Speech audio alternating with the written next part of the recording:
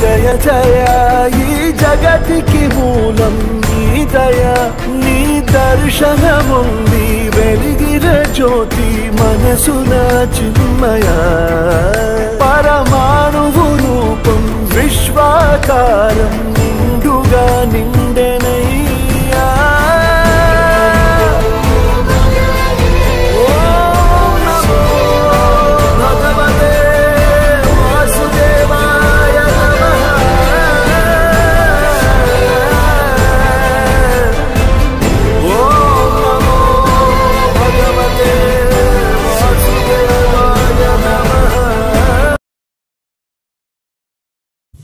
రత్నాకర దౌత పదం హిమాలయ కిరీటిని బ్రహ్మరాజర్షి రత్నాట్యం వందే భారత మాతరం. అందరూ ఒకసారి గట్టిగా చెప్పండి, భారత్ మాతాకి జై. భారతీయులు ఎవరు లేరు ఇక్కడ? భారతీయులు ఎవరైనా ఉంటే రెండు చేతులు పైకెత్తి నోరున్నోళ్ళందరూ నోటితో గట్టిగా చెప్పండి, లేకపోతే ప్రాబ్లం లేదు. భారత్ మాతాకి జై. ఇంకా తక్కువ వస్తుంది. అదే గాని ఒక రాజకీయ నాయకుడికి జయనంటే మాత్రం ఒళ్ళు మర్చిపోయి జయ అంటారు. ఈ దేశంలో మనం పుట్టాము, ఆ దేశానికి భారత మాత అని పేరు పెట్టి ఆ మాతను కీర్తించుకునేదాన్ని జై చెప్తే కూడా జై కొట్టకుండా కులాలకి రాజకీయ పార్టీలకి కొమ్ము కాస్తూ అంత మెదడు తీసి బతుకుతున్నామంటే ఎంతకంటే సిగ్గుచేటు ఇంకోటి లేదు. భారత్ మాతాకి బోలో మహాగణపతికి గణేష్ మహారాజ్కి చాలా సంతోషం. మరి ఈరోజు ప్రపంచవ్యాప్తంగా చిన్న పిల్లవాడి నుంచి రేపో మాపో కాటికి పోయే ముసలివాడి వరకు కూడా ఎంతో ఉత్సాహంగా ఆనందంగా చేసుకునే ఏకైక పండగ ఉత్సవం ఏది ఉందంటే అది కేవలం గణపతి ఉత్సవాలు మాత్రమే.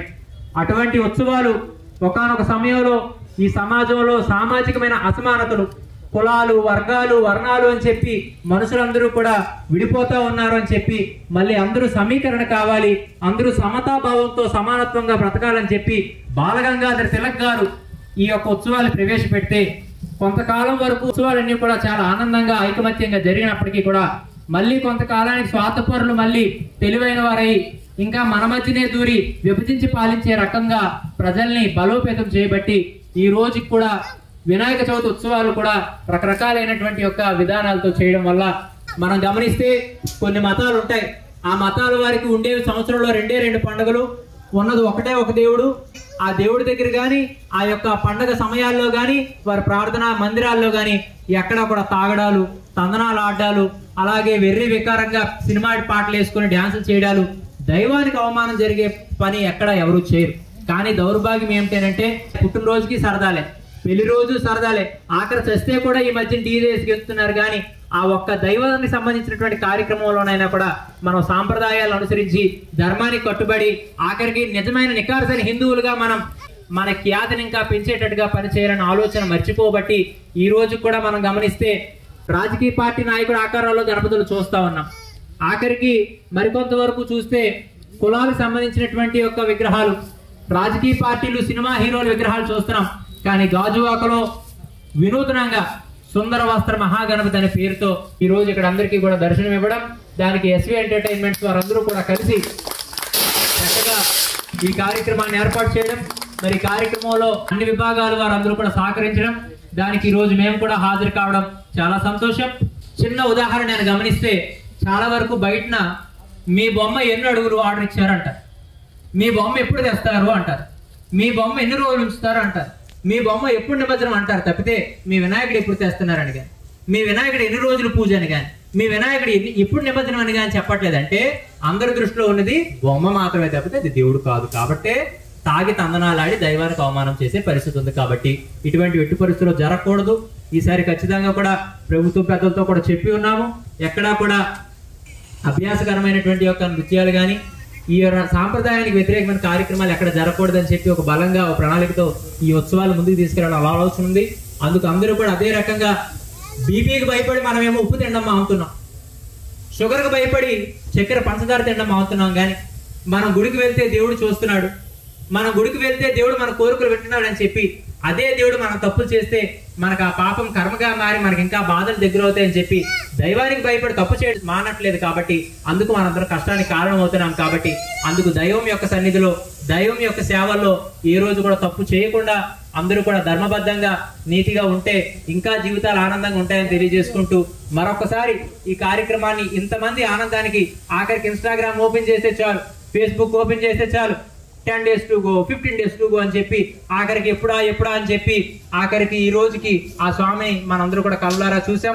ఇంకొక 21 రోజులు ఇక్కడే చక్కగా అందరి కోసం కూడా స్వామి సుందరంగా అందంగా కూర్చున్నాడు. మరి చక్కగా అందరూ కూడా భక్తి విశ్వాసాలతో స్వామిని సేవ చేసుకోవాలని తెలియజేస్తూ ఎక్కడైనా కూడా ధర్మానికి దైవానికి వ్యతిరేకమైన కార్యక్రమాలు చేస్తే 9701552805 అనే నెంబర్కి ఖచ్చితంగా ఇన్ఫర్మేషన్ పంపించండి. ఖచ్చితంగా అక్కడ ఏ రకమైనటువంటి కార్యక్రమాలు జరిగినా దాన్ని నిరోధించేటట్టుగా ప్రయత్నాలు పీఠం నుంచి కూడా చేస్తామని చెప్పి మరొకసారి తెలియజేస్తూ చక్కగా మరి కార్యక్రమానికి ఏర్పాటు చేసినటువంటి యొక్క ఎస్వి ఎంటర్టైన్మెంట్స్ యొక్క బృందానికి మరి సహకరించినటువంటి దాతలందరికీ మరి ఫేస్బుక్ మాధ్యమంగా సోషల్ మీడియా మాధ్యమంగా దాన్ని బాగా ప్రజల్లోకి బలోపేతం చేసి ఏ నోటి నుంచి విన్నా లక్ష చీరల గణపతి ఎప్పుడో మనం పాతకాలంలో విన్నాం. అప్పుడెప్పుడో ద్రౌపదికి చీరలు ఆగితే అప్పుడు చీరలు గుర్తొచ్చాయి. మళ్ళీ సమాజానికి అంత జ్ఞాపకం చీరల మీద పుట్టింది ఎప్పుడంటే మళ్ళీ గాజువాకలో లక్ష చీరల మహాగణపతికి. అందుకు చక్కగా ఆ సందర్భాన్ని ఏర్పాటు చేసినటువంటి భక్తులందరికీ కూడా గాజువాక ప్రాంతీయులందరూ కూడా పేరు పేరున అభినందనలు ఆశీర్వాదాలు తెలియజేస్తూ చక్కగా వినాయక చవితి ఉత్సవాలను భక్తి శ్రద్ధలతో చేసుకుంటే ఆ యొక్క వరసిద్ధి వినాయకుడు ఆ గణనాథుడి యొక్క ఆశీస్సులు అందరికీ ఉండాలని తెలియజేసుకుంటూ సెలవు తీసుకుంటూ జై హింద్. మళ్ళీ చెప్దాం, భారత్ మాతాకి. లేరు ఇంకా హిందువులు లేరు, ఇంకా భారతీయులు లేరు. ఆఖరికి నేను సాధారణంగా ఎందుకు మాట్లాడుతూ అన్నానంటే ఇక్కడ ఉన్న ఎంతమందిలో ఏ ఒక్క ఫోన్ లో రికార్డ్ అయినా కూడా ఈ మధ్యన మా ఇన్స్టాగ్రామ్ లో చాలా మంది కుర్రవాళ్ళు కూడా ఈ ధర్మం కోసం దైవం కోసం దేశం కోసం చాలా బలంగా పనిచేస్తున్నారు. మంచి మంచి వీడియోలు ప్రమోట్ చేస్తా ఉన్నారు. అందుకు ఇక్కడ ఉన్న వాళ్ళు కాదు, ఫోన్ లో చూసిన వాళ్ళు కూడా తెలియాలి. చాలా మంది మర్చిపోయారు. భారత్ మాతాకి జై అంటే ఎవరో భారతీయుల కోసం చెప్తున్నారు అనుకుంటున్నారు అనమాట. మనం భారతీయులమే హిందువులు అనే విషయం మర్చిపోయారు. కాబట్టి ఈ వేదిక ద్వారా అందరికీ గుర్తు రావాలి. జై అంటే ఆ సౌండ్ కి వెళ్ళి ఆ చెవుల్లో పడి అవును మేము కూడా హిందువులమే కదా, మేము కూడా భారతీయులమే కదా అని జ్ఞాపకం రావాలి. ఎంత గట్టిగా చెప్తారో చూస్తాను. మరి 2 చేతులు పైకెత్తండి, 2 చేతులు పిడికిలు బిగించండి. ఆ పిడికిలి బిగించి చాలా మంది కష్టపడి పని చేశారు కాబట్టి కొన్ని వందల సంవత్సరాల తర్వాత ఆంగ్లేయుల నుంచి మన యొక్క దేశాన్ని మనం తెచ్చుకొని స్వతంత్రాన్ని సంపాదించుకున్నాం. ఈ రోజు మళ్ళీ ఆ పట్టు విడిచిపెట్టేశాం కాబట్టి ఈ కులాల నాయకులు రాజకీయ నాయకులు వాళ్ళ కోసం వాడుకొని మనల్ని బలు పశువులు చేస్తూ ఉంటారనమాట. అందుకు ఆ పట్టుగా బిగించి భారత్ మాతాకి అని చెప్పేటప్పుడు జై అని ఇక్కడ ప్రాణం పోయినా చంద్రబాబు నాయుడు వస్తాడు, ఇక్కడికి జగన్మోహన్ రెడ్డి వస్తాడు, పవన్ కళ్యాణ్ ఇంకా వేగంగా వస్తాడు. ఎందుకనంటే భారత మాతాకి జై అని చెప్పి అంత బలంగా ఆ వ్యక్తి ప్రాణాన్ని విడిచిపెట్టాడంటే బోర్డర్ అవతల పనిచేస్తున్నట్టు సైనికుడు ఎంత గొప్పవాడో వీడంత దేశభక్తుడు అని చెప్పి గుర్తింపు పొందుతారు. అర్థమవుతుందా? భారత్ మాతాకి, భారత్ మాతాకి, సనాతన ధర్మ కి, బోలో గణేష్ మహారాజ్ కి, సుందర వస్త్ర మహాగణపతికి జై హింద్. ఈ రోజు మన భారతదేశం అనేటువంటిది సంప్రదాయాలకి, సంస్కృతికి, నాగరికతకు, ఆచార వ్యవహారాలకు, మానవతా విలువలకు నిలయం ఈ దేశం. ఒక చిరునామా వంటిది. అటువంటి దేశంలో ఈ రోజు రోజుకి కూడా ఈ సరదాలు సందడులు అనబడేటువంటి ఆర్భాటాల్లో పడి మనుషులందరూ కూడా ఆధ్యాత్మిక విలువలకు దూరం అవుతున్న పరిస్థితుల్లో ఏ ఒక్కరు కూడా రాత్రి పడుకునేటప్పుడు ప్రశాంతమైన నిద్ర పొందలేకపోతున్నారు.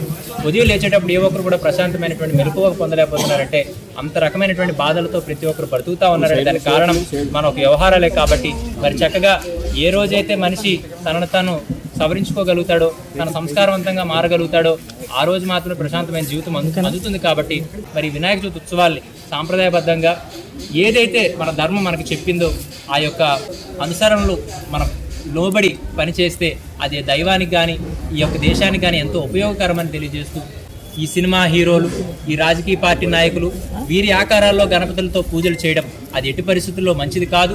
ఇది ఖచ్చితంగా దైవానికి అవమానకరమే అని చెప్పి మరొకసారి తెలియజేస్తూ ఏదైతే గణపతి వారి యొక్క యథార్థ స్వరూపం ఉందో, నిజ స్వరూపం ఉందో ఆకారాలతో పట్టుకొని ఎక్కడా కూడా ఏ మతంలోని కూడా వారి దైవాల్ని అవమానించరు, అవమానిస్తే కూడా ఒప్పుకోరు.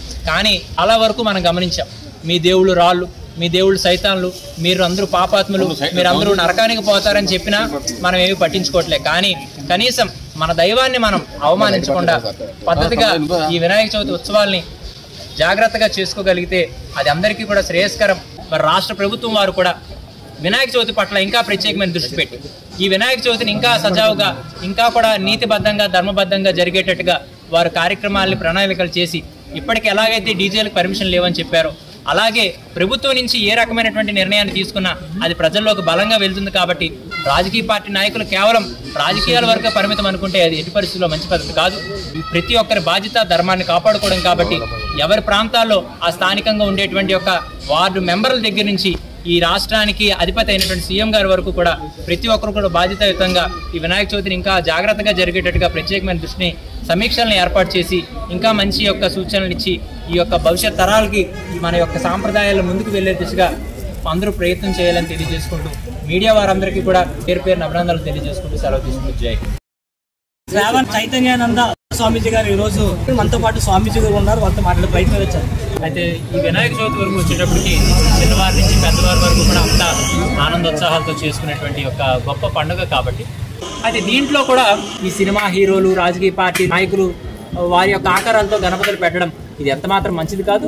రెండవది, అక్కడ చేస్తున్న దైవం కార్యక్రమం కాబట్టి దైవానికి సంబంధించినటువంటి యొక్క ఏవైతే ఉపచారాలు ఉంటాయో, ఆ రకమైన ఆరాధనలు ఉంటాయో, ఆ యజ్ఞ యాగాదులు ఉంటాయో, ఆ సాంప్రదాయమైన సంస్కృతిక కార్యక్రమాలు ఉంటాయో అవి చేయడం మంచి పద్ధతి తప్పితే అక్కడ రికార్డింగ్ డాన్సులు పెట్టుకోవడం, ఆ తాగి తందనాలు ఆడడం, ఇక అన్నిటికంటే మించి డీజేలు పెట్టుకొని విపరీతమైన సౌండ్తో ఆఖరికి గుండె జబ్బులు ఉన్న వాళ్ళు కూడా వేగంగా వాళ్ళు వైకుంఠాన్ని పంపించేసే పనులు చేయడం, ఆఖరికి అక్కడ గొడవలు, ఇంకా సామాజికమైనటువంటి యొక్క వైలెన్స్ క్రియేట్ చేసేటట్టుగా ఇది చేయడం మంచి పద్ధతి కాదు. కాబట్టి వీటన్నిటి కూడా మనం ఆలోచించుకుంటే మంచిదని తెలియజేస్తాం.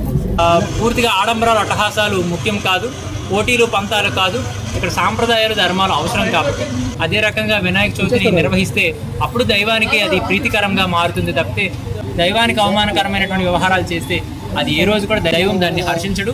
తిరిగి ఆ కర్మ ఫలితం మనల్ని ఇబ్బంది పెడుతుంది. కాబట్టి మరి చక్కగా అన్ని ప్రాంతాల్లో కూడా గణపతి ఉత్సవాలు చేసుకుంటారు. కాబట్టి ఆ గణపతి ఉత్సవాలు జరుపుకోవాలంటే కూడా ధర్మ ప్రకారంగా కూడా చాలా మంచిగా జరుపుకోవచ్చు. అలా కాని పక్షంలో ఖచ్చితంగా అది వ్యక్తిగతమైన జీవితం నుంచి సమాజం వరకు కూడా అది ఇబ్బంది పెడుతుంది. కాబట్టి రాష్ట్ర ప్రభుత్వం వారు కూడా ఈ యొక్క పండుగల్ని, ఈ యొక్క ధర్మాలని, ఈ యొక్క సాంప్రదాయాల సంస్కృతిని భవిష్యత్ తరాలకు అందేటట్టుగా వారు కూడా ప్రణాళికలు సిద్ధం చేసి వారి నుంచి సూచనలు కూడా ప్రజలకు ఇవ్వగలిగితే అది ఇంకా ప్రభావితం అవుతుందని తెలియజేస్తూ మరి మీడియా వారు కూడా అభినందనలు తెలియజేస్తూ